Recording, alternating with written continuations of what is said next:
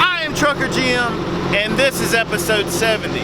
And that loud noise you hear behind me, well, it's that trailer, which I won't be hooking up to it. But I'm at Michelin, and I'm like, what kind of tires need to stay cool? I'm not sure. But I'm not quite hooked up to my trailer yet because it's a little bit high. And if you've ever, what we call high hooked it, you really pay attention to that going forward. Because, I mean, you can get out of it, especially if you have a switch inside that deflates the airbags on your truck and makes it lower. But if you don't have that, it can be a bitch.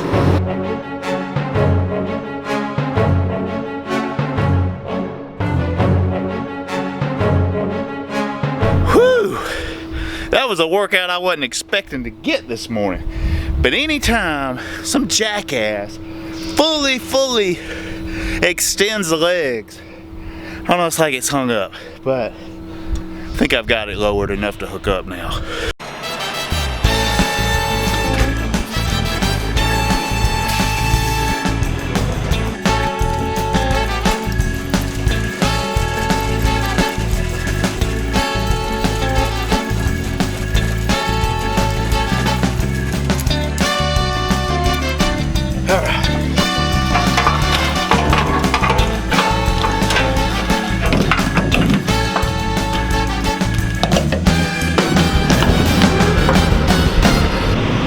Older trailers had this bar that you had to pull to slide your tandems.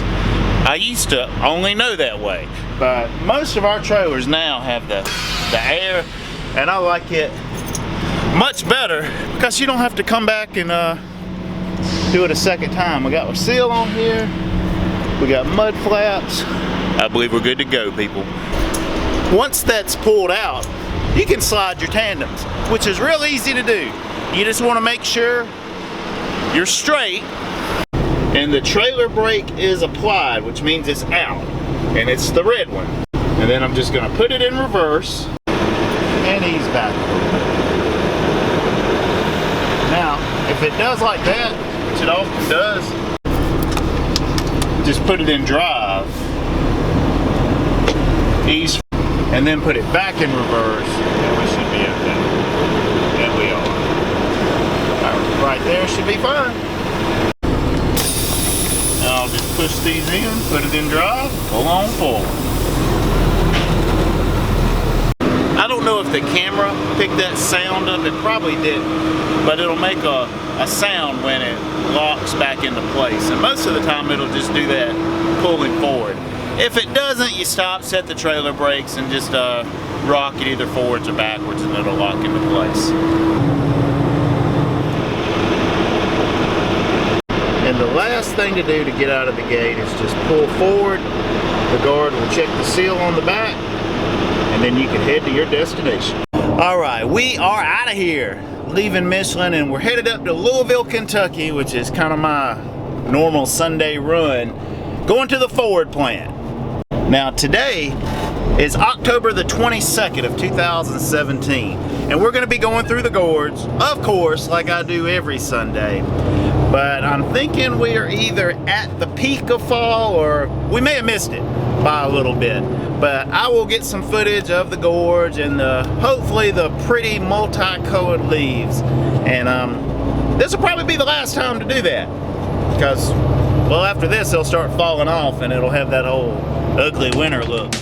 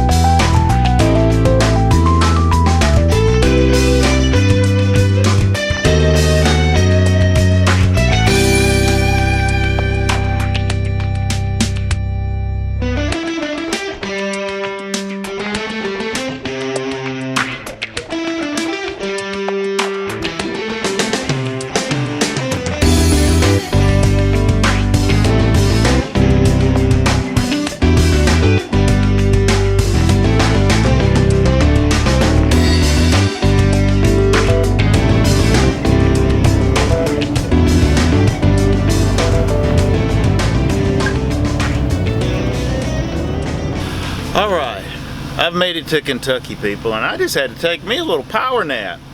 I tell you, that time off will wear you out. But I've got my nap in, had a little snack prior to that, and now it's time to get back on the road. I'm 189 miles away from the Ford plant that's in Louisville. So next stop, Ford.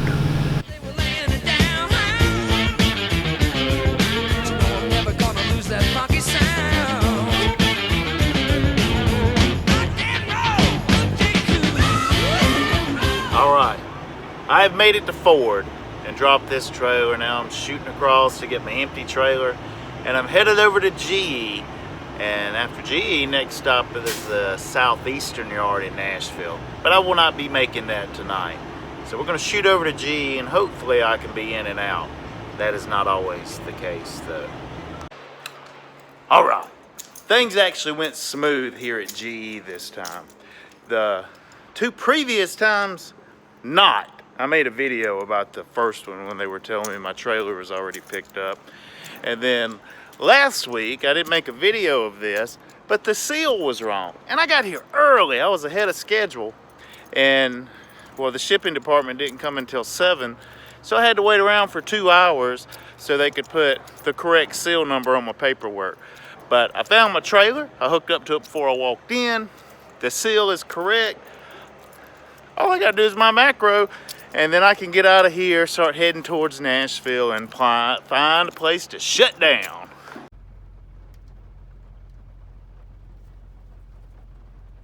Well, good morning. We're in Sonora, Kentucky. And it is a rainy day, people. But we're about to get on the road and head to Nashville. Well, right outside of Nashville, actually, in Antioch, Tennessee.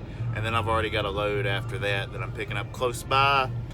That will be taking me to the Walmart DC in Shelby. So let's get rolling.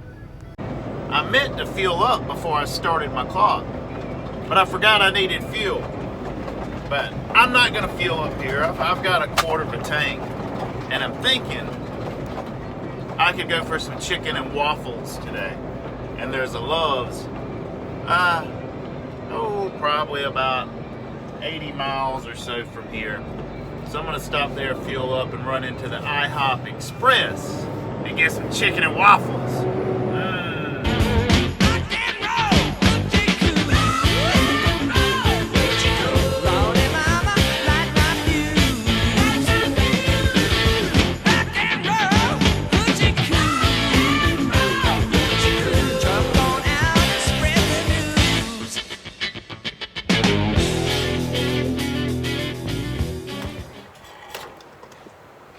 Alright, we are fueled up.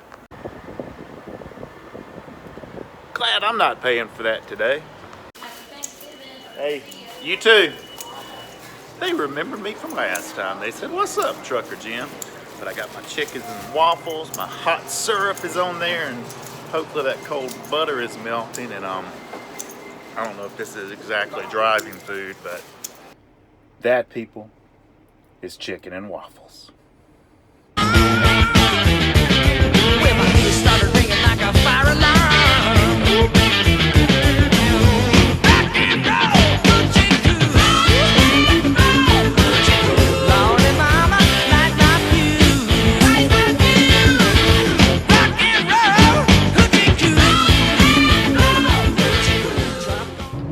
coo. Okay, I am pulling up to the Southeastern Freight Line Yard in Antioch, right outside of Nashville, but I'm going to be in and out of here with the quickness, people, and head on to my next pickup.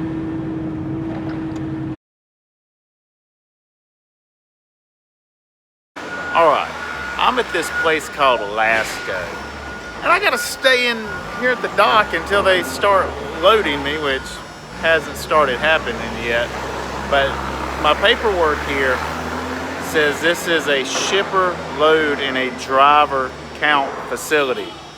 So I guess I'm supposed to count all this stuff as they put it on. I wonder if I didn't, and I just went and my ass in the truck and edited some video, and like I normally do when shippers are loading me, and if it like was sealed and then came up short, if Walmart or the consignee, who I'm taking this to is Walmart, would expect me to pay for the shortage. I'm not sure.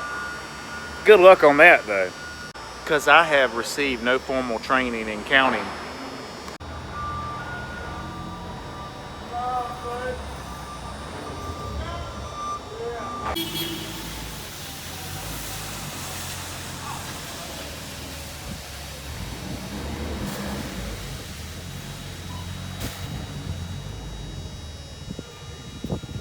Alright, well they're getting ready to start loading me with 1,800 fans. And I ain't counting 1,800 fans. I will just have to assume that it's right. And he pretty much told me that. But the reason that I gotta sit my ass here is they don't want me driving off while they're loading. Once again, to the drivers that did that many moons ago that screwed it up for us all,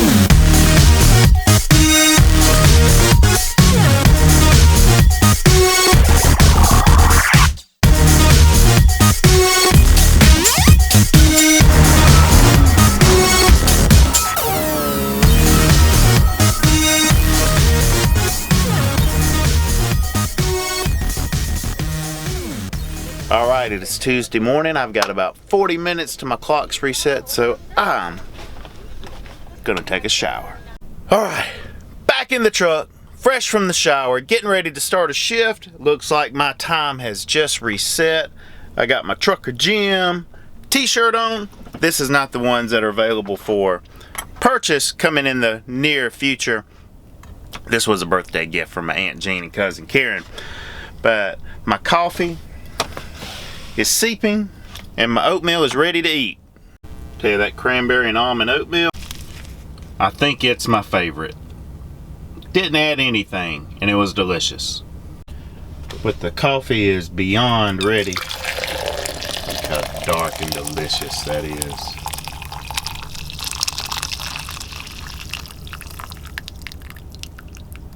Oh yeah.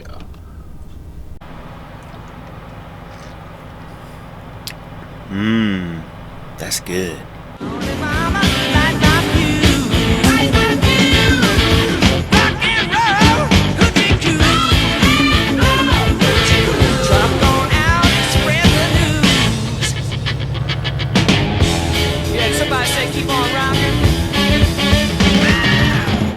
Okay, I have arrived at John Manville here in Spartanburg, South Carolina. I passed a warehouse for John Manville to get here, so this says shipping and receiving office, so hopefully I'm in the right spot.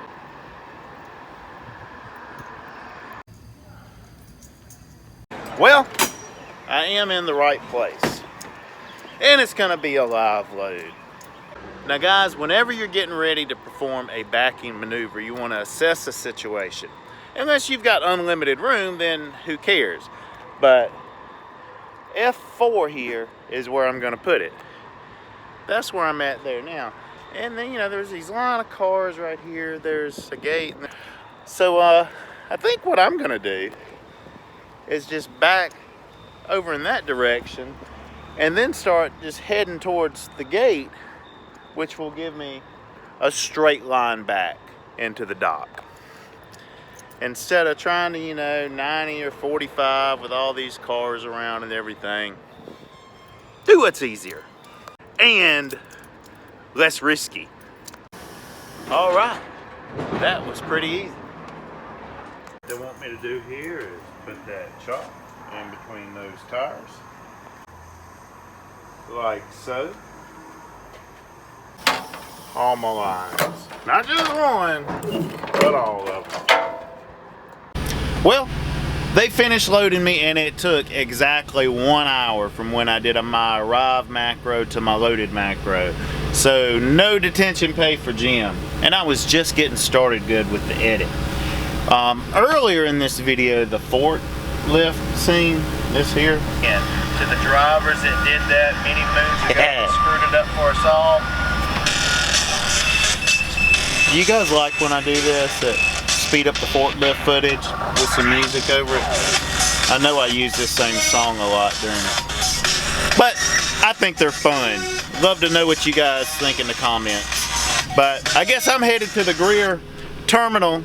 I don't know what's after that. They did have a Michelin load on me going back up to Louisville, but then it canceled and I hadn't got anything else yet.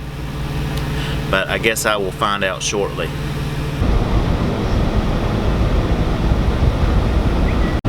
Alright, I'm at the Greer terminal. I T-called that load, and due to there being no empties here, well, I got another load I'm taking to Fountain Inn to Derringer, so I'll get an empty there, and then I can head to Michelin and take my way back up to Louisville. So let's get rolling, because I've only got like 50 miles in so far today, but I do have a little extra pay in addition to that. But guys, if you want it, you really got to ask for it, and remind your dispatcher, hey, I am a regional driver, you know.